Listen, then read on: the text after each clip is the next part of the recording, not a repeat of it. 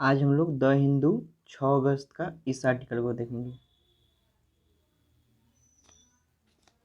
Centre moves to redact retrospective tax law. चलिए इसको देखते हैं। Centres moves to redact retrospective tax law. Centre moves, centre हो गया यहाँ पे आपका सब्जेक्ट, मूव्स हो गया आपका यहाँ पे वर्ब। मूव का मतलब होता है कदम। सेंटर का जो कदम है टू रिडैक्ट, टू रिडैक्ट आपका इन्फिनिटिव है। टू रिडैक्ट का मतलब होता है आपका रिवाइज करने का, संशोधन करना। रिडैक्ट मतलब होता है संशोधन करना। और किस चीज़ में संशोधन करना? Retrospective tax law. जो रेट्रोस्पेक्टिव टैक्स लॉ है उसमें सेंटर का पहल है उसमें संशोधन करने का। चलिए इसको फिर से देखते हैं। सेंटर हो गया यहाँ पे आपका सब्जेक्ट, मूव्स का मतलब होता है पहल, टू रिडैक्ट आपका हो गया इन्फिनिटिव, इसका मतलब हो गया टू रिडैक्ट यानी कि संशोधन करना। रेट्रोस्पेक्टिव मतलब होता है बीते हुए पर लागू। जैसे अभी हम लोग साइकिल चला रहे हैं और कल यहाँ पे एक इम्प्लीमेंट होगा रूल की साइकिल जो चलाता है उस पर टैक्स लगेगा। तो आज जो चलाता है उस पर लगेगा या जब से साइकिल का इन्वेंशन हुआ उस समय से लगेगा, तो वो होता है रेट्रोस्पेक्टिव। मतलब जिस समय से साइकिल चलने लगा था उस समय से अगर लगेगा, उस समय से जितना आदमी चला रहा है उस सब पर भी लगेगा, तो ये रेट्रोस्पेक्टिव का केस बनेगा। तो वही बता रहा है सेंटर का पहल जो है रेट्रोस्पेक्टिव टैक्स लॉ जो भी है हमारे इंडिया में, यानी कि जो अभी रूल लगता है और पिछले पर भी वो इम्प्लीमेंट हो जाता है, उसमें संशोधन करने वाला है सेंटर। नेक्स्ट सेंटेंस देखते हैं अब। The government on Thursday took the first step towards doing away with the contentious retrospective tax law of 2012, which was used to raise large tax demands on foreign investors such as Vodafone and Chan Energy, and blamed for vitiating India's investment climate. Less than a month after Chan Energy secured an order from French court to freeze India's assets in Paris. चलिए इसको शुरू से फिर से देखते हैं। The government, the government यहाँ हो गया आपका सब्जेक्ट, यानी कि सरकार। कब? ऑन थर्सडे यानी कि गुरुवार को। टुक, टुक यहाँ पे हो गया गवर्नमेंट का, द गवर्नमेंट का वर्ड, यानी जो सरकार है गुरुवार को लिया, क्या लिया? द फर्स्ट स्टेप यानी कि पहला पहल, पहला कदम। टुवार्ड्स, किसके तरफ? टुवार्ड्स का मतलब होता है के तरफ, किसके तरफ? Doing away with. Doing away with का मतलब होता है हटाना। डू अवे विथ का है, डू अवे विथ है फ्रेजल वर्ब है, उसमें कंटिन्यूअस लगा दिया है डूइंग अवे विथ, यानी कि डू अवे विथ का मतलब होता है कैंसिल करना, एलिमिनेट करना, टर्मिनेट करना, एबॉलिश करना, रिमूव करना, एंड करना, यानी कि स्टॉप करने का, खत्म करने का। किस चीज़ को स्टॉप करने का जो गवर्नमेंट का स्टेप था? द कंटेंसस। कंटेंसस का मतलब होता है बहुत ही कंट्रोवर्शियल जो हो, डिस्प्यूटेबल, यानी कि विवाद जिसमें बहुत ज़्यादा हो, विवादास्पद। कॉन्टेंसस रेट्रोस्पेक्टिव, यानी कि रेट्रोस्पेक्टिव का मतलब होता है बीते हुए पर भी लागू, यानी कि अभी जो रूल लगा और वो रूल बीते हुए समय पर भी लागू हो जाए तो उसको बोलते हैं retrospective. Contentious retrospective tax law of 2012, यानी कि जो गवर्नमेंट का जो पहल था डू अवे विथ, यानी कि हटाने का, स्टॉप करने का, एलिमिनेट करने का, जो ये विवादास्पद जो रेट्रोस्पेक्टिव टैक्स लॉ है 2012 का, ये पहला पहल था अभी। विच वाज यूज, यानी कि जो ये टैक्स जो लॉ है रेट्रोस्पेक्टिव टैक्स लॉ, इसको यूज किया जाता था टूडेज, यानी कि उठाने के लिए, लार्ज टैक्स उठाने के लिए, large tax demands on foreign, किस चीज़ पर, किस पर उठाने के लिए? फॉरेन, जो भी हम लोग के फॉरेन इन्वेस्टर हैं, यानी कि विदेश के जो भी हम लोग के देश में जो इन्वेस्ट करते हैं, यानी कि जो हम लोग के देश में शेयर खरीदते हैं, जैसे कि सच एज मतलब जैसे कि वोडाफोन एंड चैन एनर्जी, ये दोनों कंपनी हैं। एंड ब्लेम्ड, और इन पर ब्लेम किया जाता था, ब्लेम का मतलब होता है आरोप लगाया जाता था, फॉर विसिएटिंग इंडियाज इन्वेस्टमेंट क्लाइमेट, यानी कि विसिएटिंग का मतलब होता है आपका खराब करना, नष्ट करना, दुरुपयोग करना, यानी कि जो इंडिया का जो क्वालिटी है इन्वेस्टमेंट इंडिया में जो होता है उसका जो इम्पेयर करना, क्वालिटी को ख़राब कर रहा था ये। लेस देन ए मंथ, यानी कि एक महीना से भी कम में। After chain energy secured, secured का मतलब होता है आपका किसी वस्तु को सुरक्षित करना, टू मेक समथिंग सेफ, यानी कि एक महीने से भी कम दिन में। किससे पहले? आफ्टर चेन एनर्जी सिक्योर्ड, यानी कि जब चेन एनर्जी जो कंपनी है वो सिक्योर्ड किया एन ऑर्डर, यानी कि एक ऑर्डर फ्रॉम फ्रेंच कोर्ट, यानी कि किससे? फ्रेंच कोर्ट से। To freeze India's assets in Paris, यानी कि टू फ्रीज, फ्रीज का मतलब होता है यहाँ पे स्टॉप करना, इंडिया इंडियाज, यहाँ पे अपस्ट्रॉफी है इंडिया का, एसेट्स, एसेट्स का मतलब होता है संपत्ति इन पेरिस, यानी कि पेरिस में। यानी कि इसमें कह रहा है जो गवर्नमेंट का यानी कि सरकार का जो फर्स्ट स्टेप है, टुक यानी कि फर्स्ट स्टेप लिया, किसके तरफ लिया, टुवर्ड्स लगा के बता रहा है डूइंग अवे विथ, यानी कि हटाने के लिए जो भी हमारा जो विवादास्पद रेट्रोस्पेक्टिव टैक्स लॉ है 2012 में जो इम्प्लीमेंट एग्जीक्यूट किया गया था, उसको जो फर्स्ट स्टेप सरकार ने लिया है इसको डू अवे विथ यानी कि कैंसिल करने का, इसमें कुछ संशोधन यानी कि अमेंडमेंट करने का।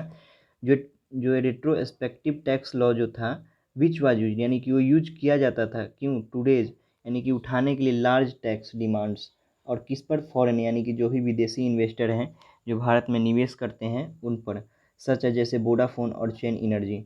एंड ब्लेम्ड, और इसको ब्लेम भी किया जाता था फॉर विसिएटिंग, यानी कि जो विसिएटिंग का मतलब आपको बताया है कि होता है इसका मतलब ख़राब करना, और ये ख़राब करता था इंडिया का इन्वेस्टमेंट क्लाइमेट का, जो इंडिया में जो भी इन्वेस्टमेंट करने का तरीका है उसको ये जो रेट्रोस्पेक्टिव टैक्स लॉ है वो 2012 का वो बहुत ही ख़राब करता था।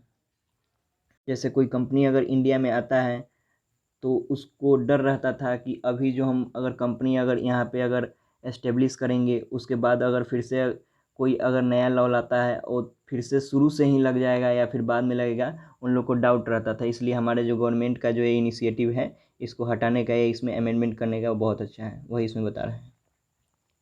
और ये जो सरकार पहल ले रही है वो क्यों ले रही है, देखिए यहाँ पे बता रहा है लेस देन ए मंथ, यानी कि 1 महीना से भी कम, जब आफ्टर, आफ्टर के बाद होता है बट यहाँ पे जब का सेंस लिया गया है। चेन इनर्जी सिक्योरिटी, जो चेन इनर्जी जो था इस पर रेट्रोस्पेक्टिव 2012 का जो लॉ था इस पर इम्प्लीमेंट, इस पर इम्पोज किया गया था, इस पर भी लागू किया गया था। इसलिए ये जो चेन इनर्जी कंपनी है ये पेरिस में जाके इसका जो भी है केस को फाइल किया था, तो वही चेन एनर्जी सिक्योर्ड किया, एक सेफ ऑर्डर पाया किससे, फ्रेंच कोर्ट से, टू फ्रीज स्टॉप करने का इंडिया का जो भी एसेट्स है पेरिस में।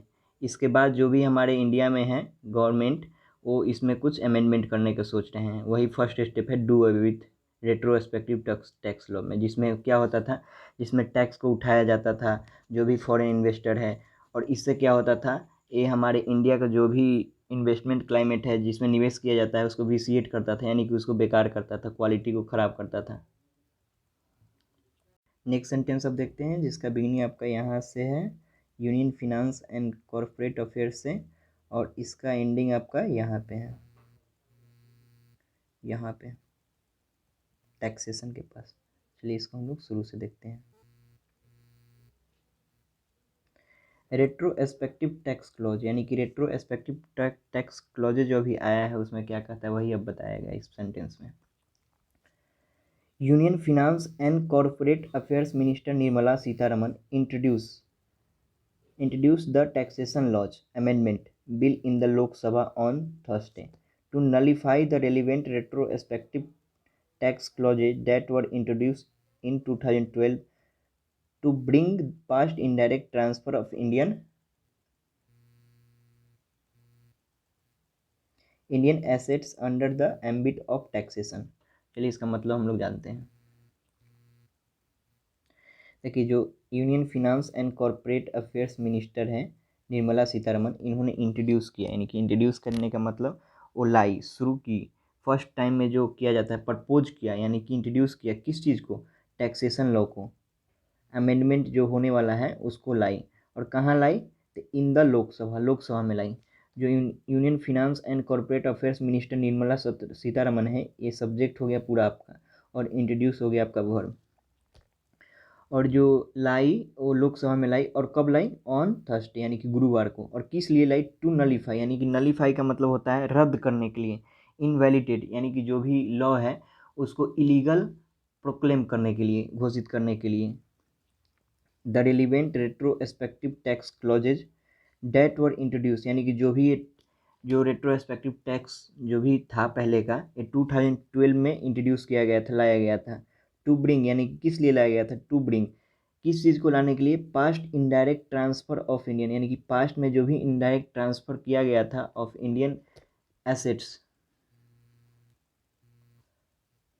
Indian assets under the ambit of taxation, यानी कि जो भी इंडिया का जो पहले का जो था उस चीज़ को लाने के लिए अंडर द एम्बिट, यानी कि एम्बिट का मतलब होता है स्कोप, लिमिट, किस स्कोप का टैक्सेशन, जो भी टैक्सेशन है अभी लागू हुआ और रेट्रोस्पेक्टिव में क्या हुआ जो पहले से चल रहा है उस पर भी लागू कर देने का। इसमें आपका सब्जेक्ट हो गया union finance and corporate affairs minister Nirmala Sitharaman and introduce हो गया इसका वर्ब। और दूसरा सब्जेक्ट यहाँ पे क्लॉजेज और इसका वर्ड। ये जो क्लॉज था वो किस समय इंट्रोड्यूस हुआ था, लाया गया था, तो 2012 में लाया गया था। और ब्रिंग का मतलब होता है लाना, इनडायरेक्ट मतलब होता है आपका अप्रत्यक्ष रूप से। एसेट का मतलब होता है संपत्ति, एसेट का मतलब होता है संपत्ति। अंडर द एम्बिट, एम्बिट का मतलब होता है स्कोप, लिमिट, क्षेत्र, दायरा। टैक्सेशन, टैक्सेशन का मतलब होता है कर देने वाले में। नेक्स्ट सेंटेंस देखते हैं हम लोग। As per the proposed changes any tax demand made on transaction that took place before May 2012 shall be dropped and any taxes already collected shall be repaid albeit without interest। यहाँ तक आपका इसका sentence है। इसमें बता रहा है आपका एज पर प्रपोज चेंजेस जो इंट्रोड्यूस किया गया है लोकसभा में उसमें क्या क्या किया गया वही इसमें बता रहा है। एनी टैक्स डिमांड यानी कोई भी कर का डिमांड जो है मेड बनाया गया हो ऑन ट्रांजेक्शन, ट्रांजेक्शन का मतलब होता है लेन देन पर, डेट टुक प्लेस बिफोर मई 2012 यानी कि टुक प्लेस का मतलब होता है ए V2 है, इसका मतलब इसका जो फ्रेजल वर्ब होता है टेक प्लेस, टेक प्लेस का मतलब होता है ऑकर होना। चलिए देखते हैं आगे इसके। टुक प्लेस बिफोर मई 2012 यानी कि जो जो टैक्स 2012 का है जो टेक प्लेस हुआ यानी कि जिस जिस लोग पे 2000 पहले से लगा उसको क्या किया जाएगा, सेल बी ड्रॉप, उसको सेल बी ड्रॉप यानी कि ड्रॉप का मतलब होता है गिरा दिया जाएगा। यानी कि इसका मतलब हुआ एंड और एनी टैक्सेस यानी कि कोई भी कर है ऑलरेडी कलेक्टेड, जो भी कर है ऑलरेडी जो इसके हिसाब से जो भी रेट्रोस्पेक्टिव लैब है उसके हिसाब से कलेक्ट किया गया है उसको सेल बी रिपेड यानी कि उसको रिपेड यानी कि वो पैसा जो भी कलेक्ट किया गया उसको रिपेड यानी कि उसको दे दिया जाएगा। एलबिट अदपि विदाउट इंटरेस्ट, जो भी दिया जाएगा पैसा वो बिना इंटरेस्ट का दिया जाएगा यानी कि बिना उस पर कोई सूद मूल नहीं लिया जाएगा। एक बार फिर से इस सेंटेंस को देखते हैं। As per the proposed changes यानी कि जो भी लोकसभा में इंट्रोड्यूस किया गया था, प्रपोज्ड किया गया था, जो इसमें चेंज लाना है रेट्रोस्पेक्टिव लॉ में, जिसमें पहला है एनी टैक्स डिमांड यानी कि कोई भी टैक्स डिमांड बनाया हो ट्रांजेक्शन लेन देन का प्रक्रिया, डेट टुक प्लेस यानी कि वो कब लेन देन की प्रक्रिया हुआ, टेक प्लेस का ये पास्ट फॉर्म है टुक प्लेस। टुक प्लेस का मतलब होता है ऑकर होना, हैपन होना यानी कि वो हुआ होगा बिफोर मई 2012 यानी कि जो 2012 मई महीना से पहले जो भी हुआ होगा ऐसा ट्रांजेक्शन उसको ड्रॉप किया जाएगा, उसको गिरा दिया जाएगा। और एनी टैक्स ऑलरेडी कलेक्टेड और जो भी कलेक्ट किया होगा उसको रिपेड किया जाएगा ऑलबिट यानी कि अद्यपि विदाउट इंटरेस्ट यानी कि बिना सूद मूल का। बट इसके लिए क्या होना है, टू बी एलिजिबल यानी कि इसके लिए आपको योग्य होने के लिए जो भी कंपनी है इसके लिए कैसे योग्य हो सकता है, इसको कैसे इस पर इम्प्लीमेंट कराने के लिए अपना कंपनी का जो भी रिट्रोस्पेक्टिव लॉ लगा है उस पर उसको कैसे एलिजिबल हो सकता है, इसके लिए वो कैसे इस पर सरकार से मांग कर सकता है। तो इसके लिए बता रहा है द कॉन्सर्न यानी कि जो भी कॉन्सर्न का मतलब होता है इससे संबंधित जो भी टैक्स पेयर से जो टैक्स यानी कि कर देते हैं वुड हैव टू ड्रॉप यानी कि उनको करना ही पड़ेगा, क्या करना पड़ेगा, ड्रॉप ऑल पेंडिंग यानी कि जितना भी पेंडिंग केस है सरकार के खिलाफ, सरकार के खिलाफ जितना भी उनका पेंडिंग केस है उसको उनको ड्रॉप करना होगा, गिराना होगा। और प्रॉमिस करना होगा नॉट टू मेक, और उस प्रॉमिस करना होगा not to make any demands और कोई भी डिमांड इसके बाद नहीं करना होगा फॉर डैमेज जो भी हुआ उसके लिए और कॉस्ट के लिए, कोई भी कीमत के लिए। नेक्स्ट सेंटेंस देखते हैं जिसका मतलब होता है फॉर्मर फिनांस मिनिस्टर यानी कि जो पहले के जो फिनांस मिनिस्टर थे वित्त मंत्री, द लेट प्रणब मुखर्जी, वो कौन थे, जो पहले के थे वो प्रणब मुखर्जी थे। यानी कि ये जो लेट प्रणब मुखर्जी इसको हटा दीजिए, जैसे देखिए फॉर्मर फिनांस मिनिस्टर ये हो गया आपका सब्जेक्ट और हैड इंट्रोड्यूस आपका यहाँ पे वर्ब है द लेट मुखर्जी, प्रणब मुखर्जी, ये आपका एपोजिशन लगा के कॉमा लगा के बता रहा है इनके बारे में कि ये थे यानी कि एज ए एडजेक्टिव यानी कि विशेषता बताता है। वही बता रहा है इसमें जो फॉर्मर फिनांस मिनिस्टर जो थे प्रणब मुखर्जी उन्होंने इंट्रोड्यूस किया था इसको, सबसे पहले लाया था रेट्रोस्पेक्टिव टैक्सेशन को। और कब लाया था रेट्रोस्पेक्टिव टैक्सेशन पावर को, after the supreme court held, यानी कि जब सुप्रीम कोर्ट ने हेल्ड किया, यानी कि केस को कोई था उसको हेल्ड किया, उसको लिया, उस पर के जो वर्डिक्ट दिया, उस पर जो डिसीजन दिया, that Vodafone could not be tax, यानी कि Vodafone could not be tax, यानी कि वोडाफोन को टैक्स नहीं किया जा सकता है फॉर 2007 ट्रांजेक्शन के लिए। और किसके लिए 2007 में ये कोई ट्रांजेक्शन किया होगा लेन देन का प्रक्रिया का, जिसमें इन्वॉल्व था इन्वॉल्विंग इट्स परचेज, यानी कि इसमें क्या था इन्वॉल्व, इसमें एक खरीदा था ऑफ 67% स्टेक, हिस्सेदारी इन हुसिसियन वाम्पुआ फॉर $11 बिलियन में। एक बार इसको फिर से देखते हैं। जो फॉर्मर फिनांस मिनिस्टर हैं प्रणब मुखर्जी, उन्होंने इसको लाया था, इंट्रोड्यूस किया था रेट्रोस्पेक्टिव टैक्सेशन पावर को। और कब लाया था, जब सुप्रीम कोर्ट ने वोडाफोन के खिलाफ एक वर्डिक्ट दिया था वोडाफोन के सपोर्ट में, कि जो वोडाफोन है उसको टैक्स नहीं, यानी कि उस पर कर नहीं लगाया जा सकता है। किसके लिए, 2007 ट्रांजेक्शन के लिए, जिसमें इन्वॉल्व था, जिसमें वोडाफोन खरीदा था 67% स्टेक, यानी कि हिस्सेदारी इन हर्सियन वाम्पोआ फॉर 11 बिलियन में। इस वोडाफोन जो था इसको परचेज किया था, इसमें स्टेक लिया था, इस पर एक कोई टैक्स नहीं दे रहा था, इसलिए फॉर्मर जो फिनांस मिनिस्टर थे इस रेट्रोस्पेक्टिव टैक्सेशन पावर को इंट्रोड्यूस किया था। चलिए फिर से इसका हम लोग रिवीजन कर लेते हैं, रिकैप करते हैं। सेंटर मूव्स, यानी कि सेंटर का जो पहल है, मूव का मतलब होता है कदम, पहल, इनिशिएटिव। टू रिडेक्ट का मतलब होता है रिवीजन करने का, यानी कि अमेंडमेंट करने का, संशोधन करने का। रेट्रोस्पेक्टिव टैक्स लॉ, यानी कि सेंटर का जो कदम है किस तरफ है, रिडेक्ट करने का रेट्रोस्पेक्टिव लॉ में। द गवर्नमेंट ऑन थर्सडे, यानी कि जो सरकार है थर्सडे यानी कि गुरुवार को, टुक मतलब लिया, फर्स्ट स्टेप यानी कि पहला कदम, टुवार्ड्स का मतलब होता है के तरफ, किसके तरफ, डू अवे विथ, यानी कि डूइंग अवे विथ इसका मतलब हो गया, यानी कि कैंसिल करने के लिए। द कंटेंसस, यानी कंटेंसस मतलब होता है कंट्रोवर्शियल, यानी कि बहुत जिसमें विवादास्पद है, उसको रेट्रोस्पेक्टिव टैक्स लॉ की तरफ सरकार जो है कदम लिया। बीच बात जो यूज किया जाता था, रेज, यानी कि रेज लार्ज टैक्स डिमांड के लिए, जो कि उठाने के लिए बहुत बड़ा टैक्स डिमांड के लिए, ऑन फॉरेन इन्वेस्टर पर, जो भी फॉरेन हैं विदेशी इन्वेस्टर हैं, जैसे कि वोडाफोन हो गया, चैम एनर्जी हो गया, एंड ब्लेम्ड, और ये ब्लेम करता था जो रेट्रोस्पेक्टिव था इंडिया के जो भी विसिएटिंग इंडिया इन्वेस्टमेंट क्लाइमेट है, इंडिया में जो भी इन्वेस्ट करने का तरीका है उसको ये बहुत ही टर्निश करता था, बहुत ही ख़राब करता था, इसलिए इस पर सरकार का कदम है डू अवे विथ, इसमें कुछ रिविजन करने का।